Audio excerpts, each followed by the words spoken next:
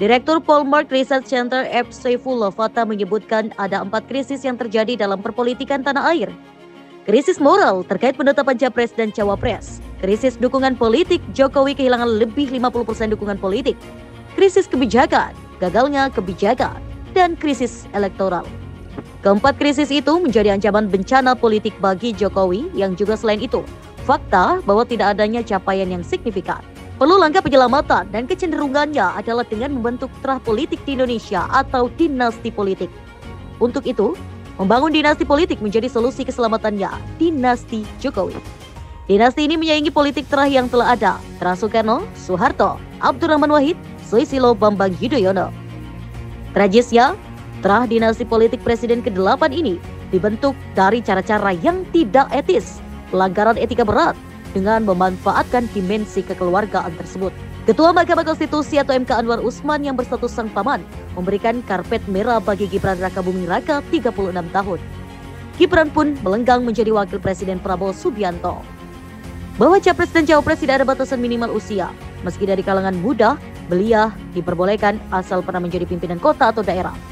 Kebijakan MK tersebut menuai kecaman keras dari hampir semua elemen bangsa karena keputusan yang menyesuaikan dengan kondisi sang keponakan. Dibuatlah Majelis Kehormatan MK-MK. MK-MK ini pun memberikan penilaian bahwa terjadi pelanggaran etika berat dari keputusan Ketua Mahkamah Konstitusi Anwar Usman. Namun tetap saja ini tidak berpengaruh karena sifatnya hanya etis yang tidak mengikat secara hukum. Joko Widodo memang fenomenal, berawal dari kepemimpinannya sebagai wali kota Solo 1,5 periode, Gubernur DKI Jakarta selama 2 tahun, dan 2 kali Presiden Republik Indonesia. Namun selama kepemimpinannya sebagai Gubernur DKI Jakarta dan Presiden Republik Indonesia, teriring banyak suara menyeru tentang lemahnya kepemimpinannya. Bahkan secara verbal kebijakan-kebijakannya seperti disebut dungu oleh Rocky Gerung, karenanya banyak tidak nyambung antara hulu dan hilirnya. Orang pun berasumsi bahwa keputusan Ketua MK terindikasi salah satu kebijakan Jokowi yang memengaruhi MK. Ini menjadi kedunguan akut jika Jokowi mengira rakyat tidak tahu apa yang terjadi, termasuk kebijakan pemindahan ibu kota negara yang diambil tanpa melalui proses hukum yang benar yang langsung dijadikan undang-undang. Demikian juga dengan Omnibus Law yang menuai banyak protes karena hanya mementingkan kepentingan pengusaha. Lebih lanjut dalam konteks politik di internal PDIP sendiri, Jokowi kini terkesan ditinggalkan, menyusul sikap keluarganya yang tidak lagi berafiliasi dengan partai banteng tersebut. Dalam aturan mainnya, keluarga dari kader PDIP harus terafiliasi PDIP. Joko Widodo sepertinya tahu bahwa dirinya tidak mungkin menjadi bagian penting dari PDIP. Sebagai mantan presiden, tradisinya dia menjadi ketua partai atau ketua pembina partai.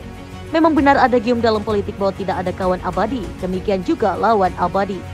Joko Widodo yang merupakan peliharaan atau binaan PDIP melakukan secara sembunyi-sembunyi maupun terang-terangan perlawanan.